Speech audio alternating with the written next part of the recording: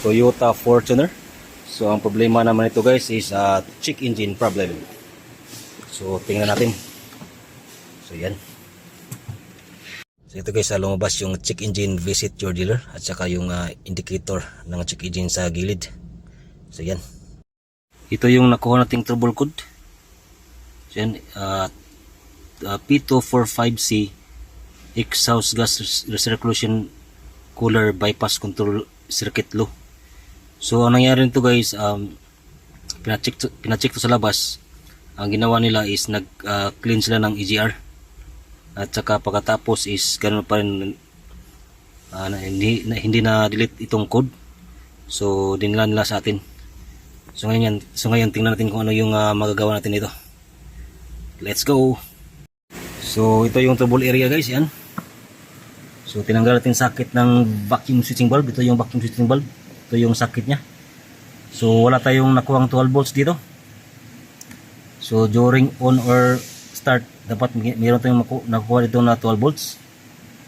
So yan. So itong kulay itim, yan yung power supply niya. So wala tayong nakuhang continuity check dito. So posible mayroon tong putol na wire. So itong kulay blue ba to? Yan, kulay blue. So meron siyang continuity patungo tong ECU. Ito yung black, yung power supply niya. So na-check natin lahat. Ang fuse niya is okay naman, wala mang putol. So ngayon ang challenge natin ngayon is paano natin makikita itong putol na wire. Ang dami pa namang wire to, wire harness. So tama kaya yung natin.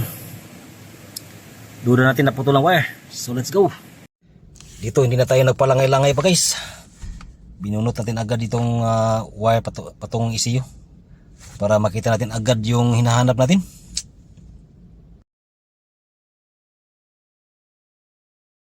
Yan, binalatan na natin. So dito pinaningot tayo ng maraming singot pero hindi pa natin nakita. Pero ito guys, yan. Dito natin nakita yung putol na wire. Yan. So ang nakita natin dahilan nito is na-stress yung wire kasi nakapulupot yan guys at buong nakapulupot sa buong wire. So hindi siya naka-straight.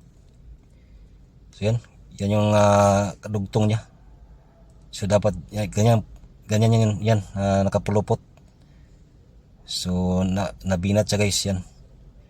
Kaya siya sa katagalan ay naputol. So dapat ganun, straight lang sana siya. Hindi sana siya mapuputol yan. So, kung ganyan lang yung posisyon niya. So tama yung hinala natin na putol yung wire kulay black. So ngayon try natin idugtong. Titingnan natin kung mawala na ba yung check engine. So ito guys, tapos na ma-repair na kasama natin. So napakalinis na pagkagawa. Parang wala lang nangyari.